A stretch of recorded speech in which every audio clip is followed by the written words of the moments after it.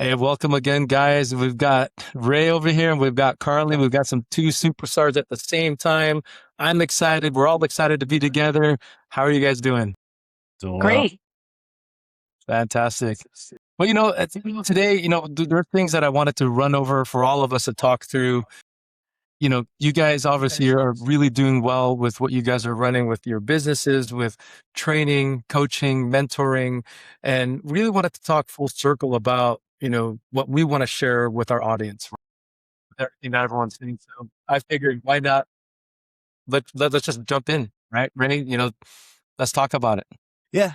No, I think I wanted to kind of pose a question to Carly just because, I know we've been training for a long time and I just kind of wanted to just figure out some of the differences that I know I'm experiencing, one as an older athlete, as opposed to a younger athlete, and kind of just how how your training regimen has changed probably within, the last 5, 10 years or even, further. But, if you can just kind of give us some insight on like what we were doing before, how it's changed and what made you change, or, maybe just some insight on, things that just probably people don't think and think that maybe like, a one size fits all routine is for everybody, but so they're just kind of jumping on different things. If you want to just kind of explain like where you were, where you're going, what you think of now, and how that perception has changed maybe.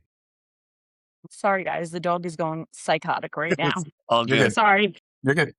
So I would say for me, and Erwin and I had spoke about this. It's like I was someone who grew up playing sports. I was never a quote unquote gym rat. That evolution came with like slowly going into group classes, into training by myself, to bodybuilding, to then branching out and then having my own brand, to where I'm hosting group classes where I now do one-on-one training, semi-private 2-to-1 training, hosting events. So it really kind of blossomed into its own thing. But even for me, especially with bodybuilding, when you come from that mindset, everything becomes very robotic, right? So it's like you have your split, you have your days, you have your time, to where now, where I work full time as a teacher, full time running a business, I'm still training, but I cannot train at the capacity that I was last year, 5 years ago. So even now, like when I talk to people, they don't believe me. I'm like, no, my split is 3 days a week. And Mhm. I'm in and out of the gym with lifting and cardio within an hour because that's what I can do. And that's what works for my lifestyle now. But, you're still getting the workout in. I'm still very mindful and I train with intention. So that's where I'm at currently in this point in my life. What about yourself, Ray? I mean, for me, I definitely, I want to say the body has taken on a lot of one injuries at the same time, just war ridden from all the battles, either from competitions or from just regular sparring. So it's definitely a lot of, like you said, efficiency in motion. So just being able to, you know, being able to get to the next day is always a plus.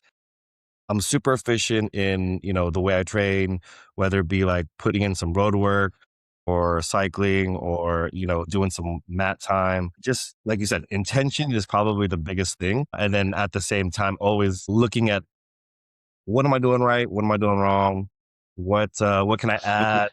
What can I take away? I know for me as an older fighter, it's always like, what's the most amount of damage I can do with the least amount of work?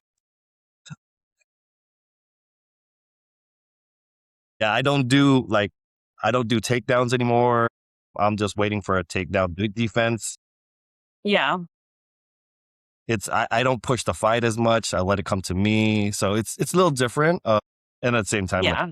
coaching it with these guys is also hard on the body. So a lot more recovery Yeah. time. Yeah. Yeah. And what's interesting too, and Carly, I love what you said about the splits as folks get older. It happens. It's going to happen to all of us, right? I think, we're moving from, let's say when we were in our younger ages, right? And we're going from invincible to an aesthetic driven to now, for me, at least with what you guys and what you talked about, right? Being sustainable and longevity focused, Mhm, right? mhm.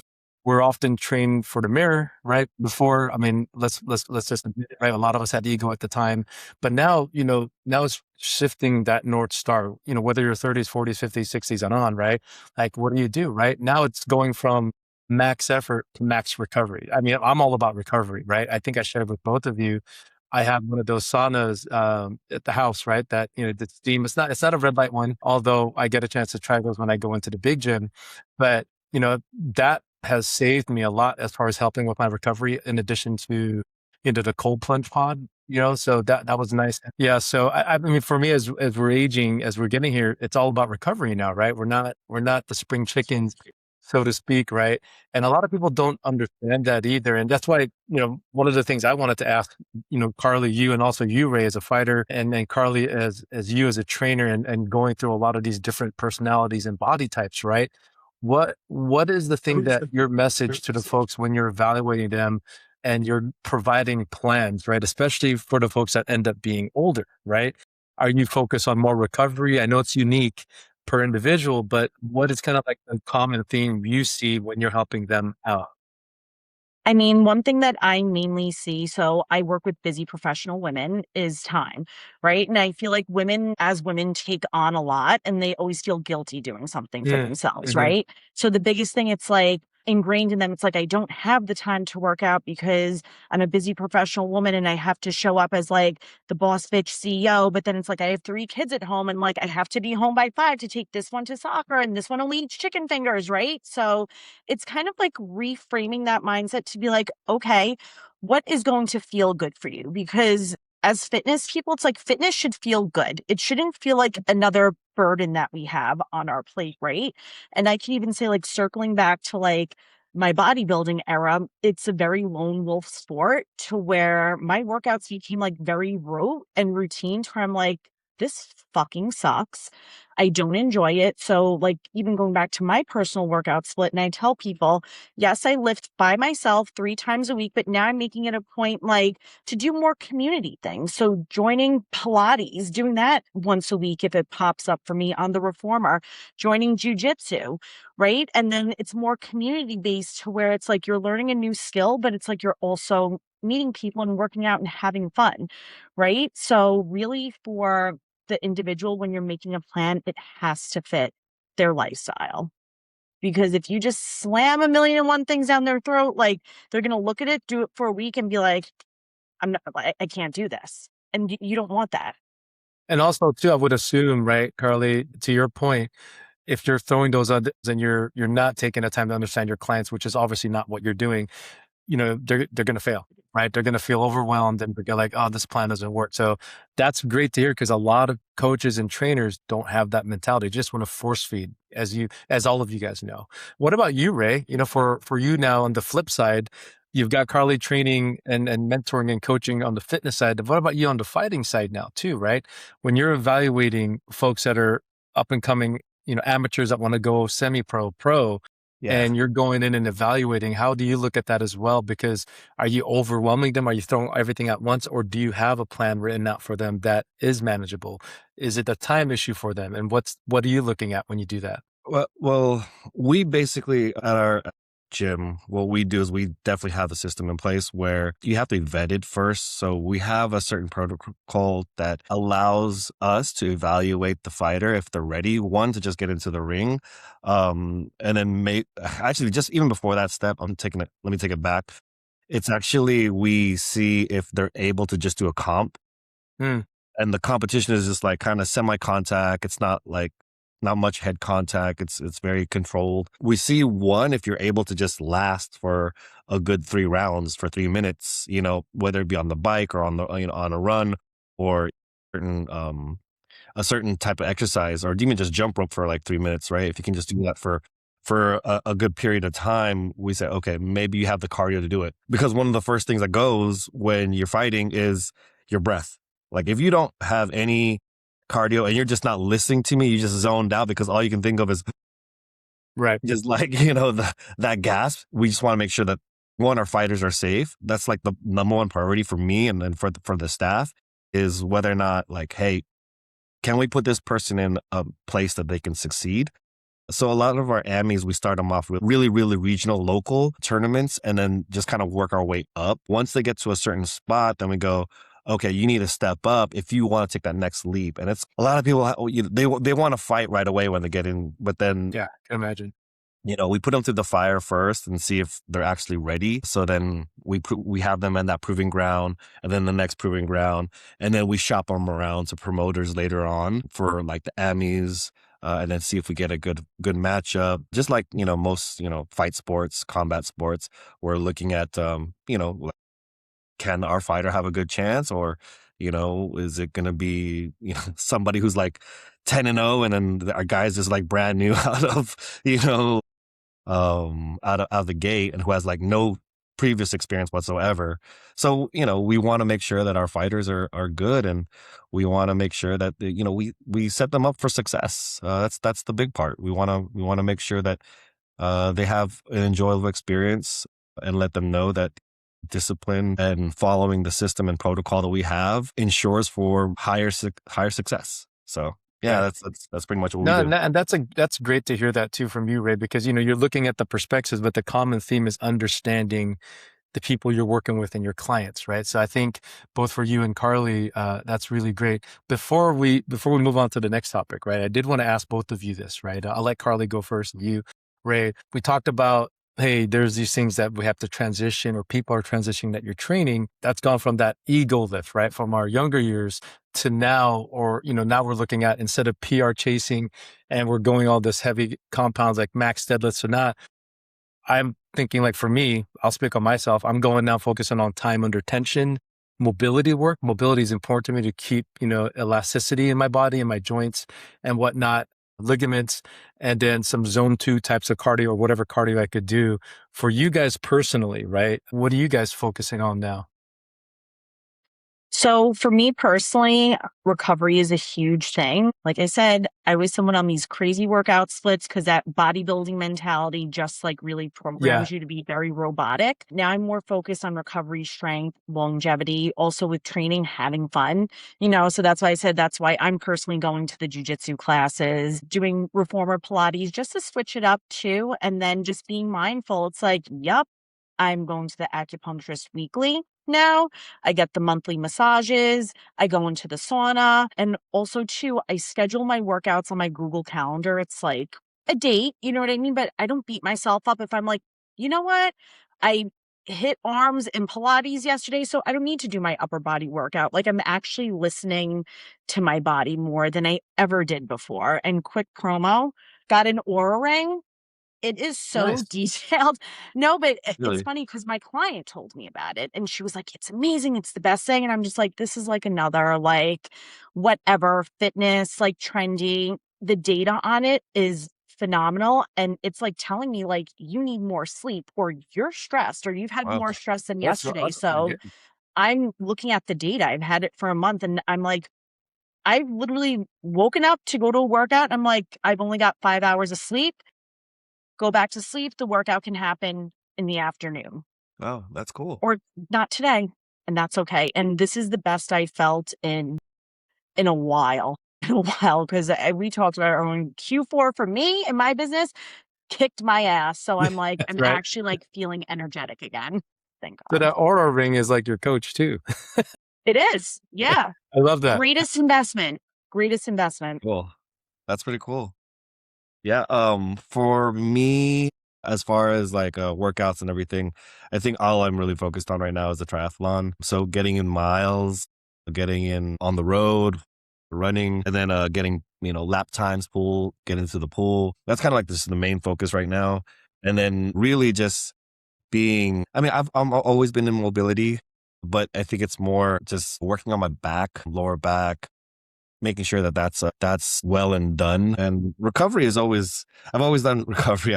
I've been doing like sports massages like at least twice a month, and then cryo every month Ooh, for that's awesome. the last like 2 3 years. So yeah, once I started doing that, just because the guys were just punishing me, holding pads for them, being basically a walking dummy for them, like, okay, let me work on this, coach. And it's like, all right, sure. Like I'm gonna get beat up today. It's like so.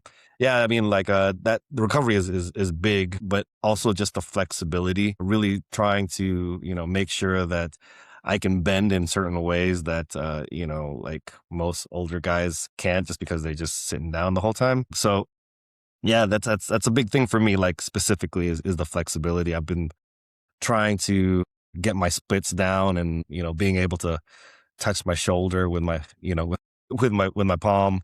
So it's a lot of things that I've kind of lost, but we're getting there. We're getting there.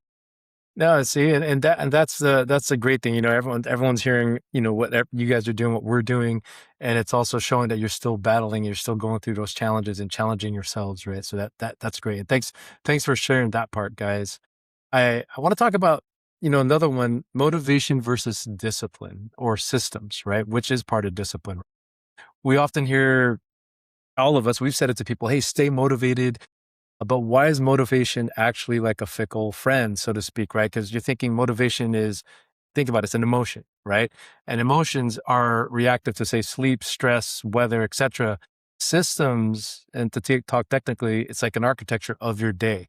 If you rely on motivation, you only work when you feel good, right? But if you rely on systems, you work because it's, for example, Tuesday, 6 a.m., right? What are kind of your thoughts, both of you guys, on, motivation versus systems? So I would definitely say, just you hit the nail on the head. Motivation, it's more of an emotion. It comes and goes. Especially when you're a business owner, you're not going to be motivated all the time. You're really, really not. But you just have to have those systems in place to be as organized as possible to really get done, what you need to do in order to not only, and you don't want to, how do I want to say this? I went Q4 keeping my head just above water. And that's not a good feeling, but these are the growing pains of owning your own business, right? So really working pragmatically and systematically to make sure that you don't just have your head above water, that it's like you're confident, that you're feeling good. And even if don't hit everything that you have on your, let's say, to-do list or things that you want to do, that you're still in a comfortable place. Yeah, I think that one of the biggest things for me lately, um, in implementing the system, is attaching emotion to it.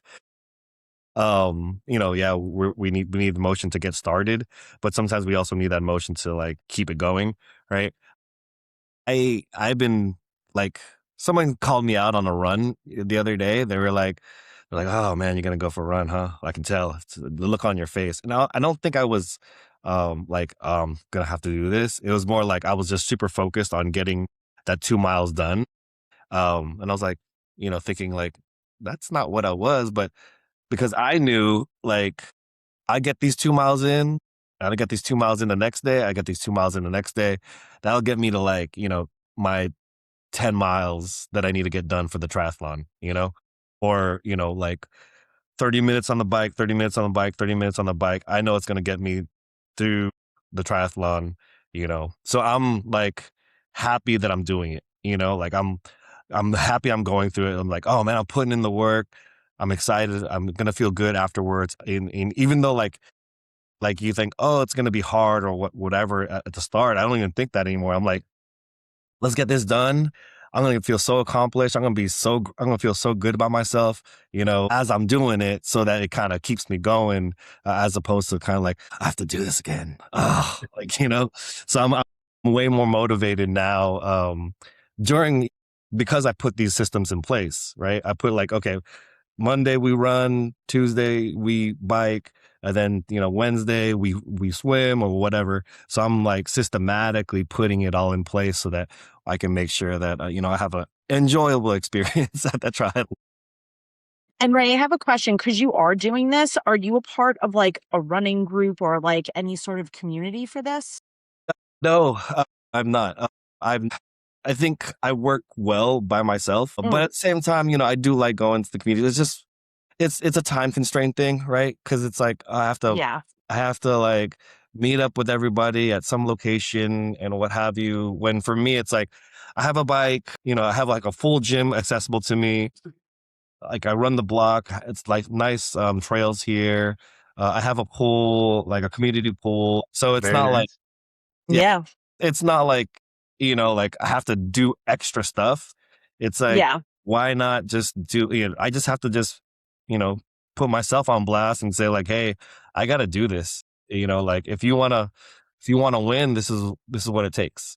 So, And, and Yeah. one of the things that I would say, hearing you guys both, one of the things I do for myself and I try to tell others, right, is, create an environment, like design your environment, for example, right? For me, just thinking about like when I was trying to keep, myself inspired, motivated, or on a system, right? On a program. It's like, hey, if I want to work out, I'm going to put my shoes at the end of the bed. So it reminds me, oh, that means you're going to have to work out. Or if I want to eat well, I'm going to prep food or food prep, whatever the case is, on a Sunday or on a Monday, whatever it is that gets me the next 3-4 days worth of food. And I think, discipline is like what? A series of small automated decisions made in advance. For you guys, my last question on this, and when you guys are looking at a person who keeps probably falling off the wagon, what's your thoughts on building low friction systems for them, right? Because again, you guys are both coaches and trainers here. Last question on this: what's your plan on low friction systems that so they don't fall off the wagon? Okay. You have freaks of nature. My mom being one of them. She is like a cold turkey person, right? And that's like such a small percentage of people. Like she smoked for almost 30 years. One day, 1988, the cigarettes got too high in cost. She cut it out. Done. She's like, I'm not, and never touched a cigarette since then. The majority of people, and this is what I realize with coaching, especially being on the other end, right? If you're giving people a CVS receipt list of things that they have to do, shutting them off, right? So what I do with my training is it literally like you're going through and you're getting to know your client as the person and really focus on those biggest barriers that they have and give them very easy, tangible things, even if it's just 3 easy things that they could start with. And especially if they're working with you, they might be working with you. In my case, it's either 12 weeks, so 3 months, 6 months, or 15 months, right? A little bit over a year. And then you're slowly adding on other things that they can add on, kind of like compound interest. And then it just becomes part of their routine, right? Instead of just coming out the gate and then being like, I got to do all this to be successful, people are going to be like, don't have the time, you're overwhelming me, go away. You know what I mean? So it's having that empathy and making systems seem manageable and also palatable for people. That's huge. yeah. I think for me, it's like just trying to stack those things on top of each other, right? Like I just said, like it's compound interest where you put a small thing, another thing, and another thing, another thing. It just keeps on growing. So for people, when they just start, it's always like, just show up. I don't even, you don't need to be great. Just show up. Just show up to class. That's it. That's all you need to do. And then, next week, maybe, we add something else. Then next week we add something else. So same. And it's simple. It's a simple formula, right? It's not anything of rocket science. It's just get there, show up, be disciplined, right? So now, as That's great it. as coaches and mentors like you guys are, right? Coaches still need coaches. So there's this mentor paradox, some people will say, right? So here's a question, right? And I've always thought about this for me personally with, advising, talking to people, even coaching people up.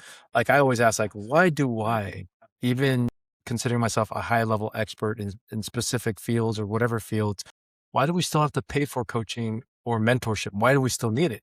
People who think they don't need it, I think, are missing the point. But what's your guys' opinions on that?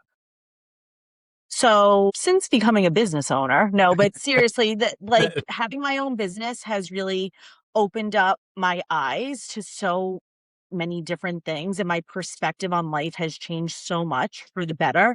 Now with everything, I go in with the focus as, is this an asset or is this a liability?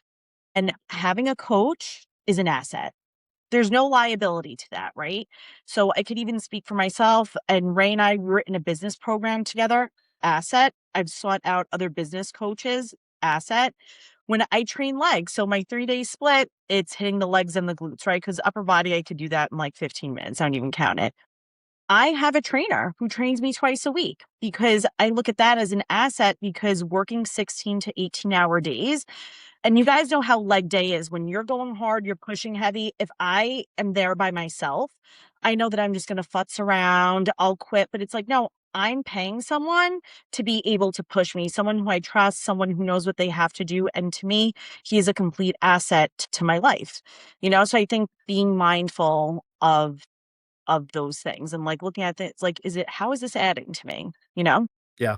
Yeah. That makes sense. Yeah, I'm a total information hoard, right? Like I try to get as much information as I can, what have you. I don't like being the smartest person in the room because that means I'm not really learning much. I definitely have, people who still, coach me up and say, oh, you need to do this, this, and this. One for fighting, two for business. Business, I'm always looking for, more coaches and everything just because Yeah. I want to, I want to level up every single time. So why not have it in your best advantage to have someone who's already like, painted the wall and all you got to do is just touch it and go, oh yeah, that's the right way to do it, as opposed to you Yeah. trying to figure it out and like, mix the paints and everything. So yeah, I definitely want to be in the know. And if there's somebody who can help me out, yeah, of course I'm going to pay for it. I mean, knowledge is, the gateway to the knowledge is out, but it's so worth it. It's so worth it because you're going to get that money back in like 4 or 5, tenfold. Right. Right. And I like what Carly said too, and then what you said in a sense that, the mentoring and the coaching, I do think it's needed, right? Even though we are at the top of our fields and whatnot, because you can't see the label when you're inside the jar, right? Think about that statement, right, guys? Coach provides, as you said, Carly, objective perspective that removes us from our personal biases. You know what I mean? So even experts have these blind spots, which all of us have. We'll never admit it most of the time, but we do. And, where they're, we're over index or, and our strengths and ignore our weaknesses, right? And I think, if this keeps us in the student seat, right? Let's just say, and we're reminding how like, okay, this is how it is to be challenged, held accountable, and to be vulnerable. And empathy only makes us more effective in communicating and being a leader. So we're learning, right? As you said, Ray, if you're the smartest person in the room, it might not be a bad thing, might not be a good thing, but at least you and your perspective, you want to learn. So coaching does that for us, right? So that's great points, guys. Let's talk about the entrepreneurial drive in these fields, right? There's this thing to where there's the why, but then surviving the how, right? Most people start businesses for freedom, which all of us are doing. We get some freedoms from it. We kind of control our schedules, whatever. But entrepreneurship is often a golden cage, right? What keeps you guys going when things get heavy? I mean, we've already kind of established it, but when things get heavy, like you, Carly, you had Q4 was just incredibly busy for you, right? It was hard to float, right? But, think about that. What keeps you guys going when things get rough, get busy, and you're just overwhelmed? What keeps you guys going? I think you just really have to be in tune with yourself and really have those hard conversations with yourself and being like, what is working and what isn't working for me? Obviously, your brand is part of you, right? So doing a lot of reevaluating, thinking about how you could be better and really having a pulse on your clients and talking to them and asking for feedback and going back to what Ray said, being a student, even though you're the business owner, right? Like taking a step back, being a student, being receptive, be like, what am I doing great? What would you like to see? What could I add on? And then taking that feedback and then seeing what is feasible, for you and your brand. Carly, what is like the thing that motivates you to, or what's the reason why you do what you do?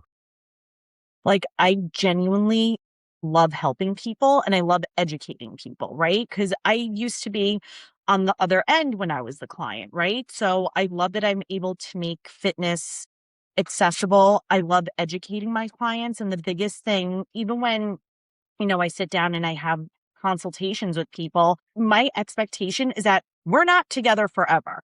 My goal is to educate people so that like I'm almost like the training wheels for them to then they don't need me anymore, right? And if someone chooses to retain me for online programming, if they're just like, I love the accountability and I love someone who's going to make my workout plans and meal plans, or I have people who have trained with me now for almost 3 years. And it's like, and I'm very honest with my clients. I'm like, girl, You look great. You know how to use the machines you're getting. They're just like, no, like I love training with you. And that means so much to me because Yeah. it's like Yeah. you're helping people, Yeah. but it's like they also like enjoy your presence too and like how you're helping them, that you're like a positive role model in their life, which is really nice. It's awesome. That's awesome. Yeah. What about you guys? Yeah. I think for me, speaking of that, I always I always had this mindset, like if I keep having to teach someone something and you just helped me think about something, right, Carly? I'm thinking like, why do I have to keep telling you this? You've taught you the last 3 months, 6 months, or a year, right?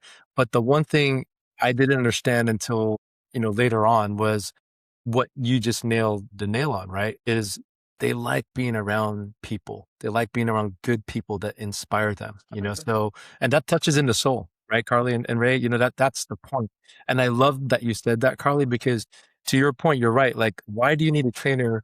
Even if you get people to look great, feel great, they get the meal plans out. But the fact that your client told you, hey, I want to be here with you because I love being around you. You inspire me. Your spirit speaks to it, your aura. That's the ultimate compliment from a client. Not that they're just paying to be with you, but they rely on you to keep them going. And they see and trust you as a person and what you have inside. Yeah, for sure. I mean, What about you, Ray? What keeps you I going, think Ray? What gets you I'm probably going to say the inspired? same thing, but it's always very interesting to me whenever I ask this question, because when I ask people like, oh, why'd you open the business? Why did you do this? Why'd you do that? It's always, I want to help somebody.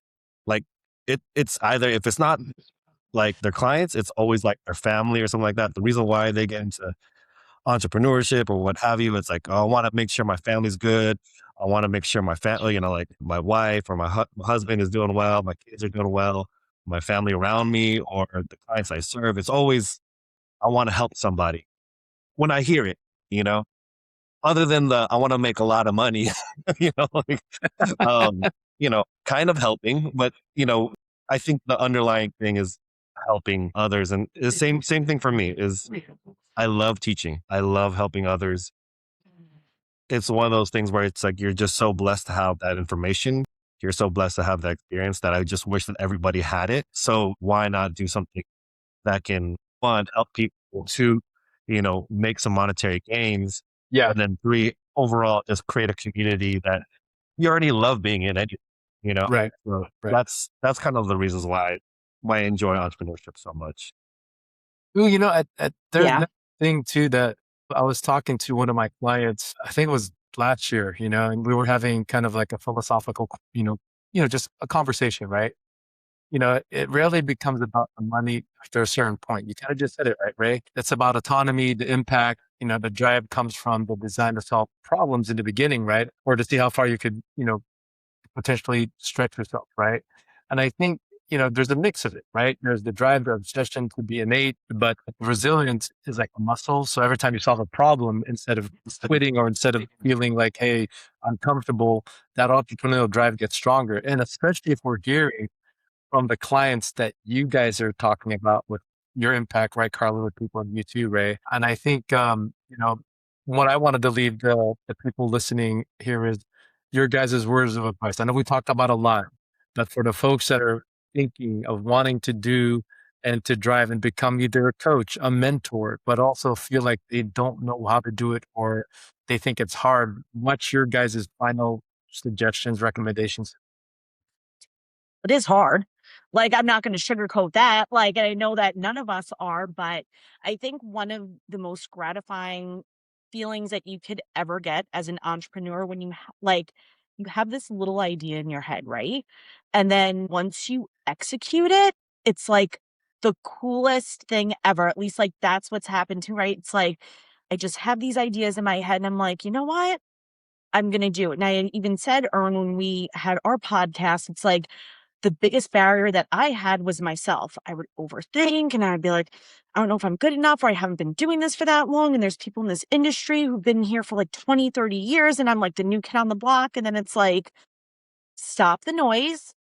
You just got to do. You just have to, bet on yourself and just go. And like I said, having that idea and then building to it and like putting the concept into place, it's so cool when you see the end results. So just do it. Yeah. Just do it, Ray. For me, I think that it's not for the faint of heart. I really try to discourage people from becoming an entrepreneur, to be honest, just because I know how much it takes away from you if you're willing to go for it.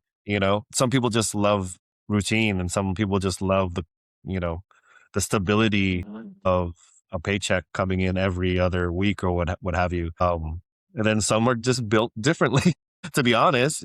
But because they're fired to see, their idea come into fruition and like in real time happen, it's worth it, you know?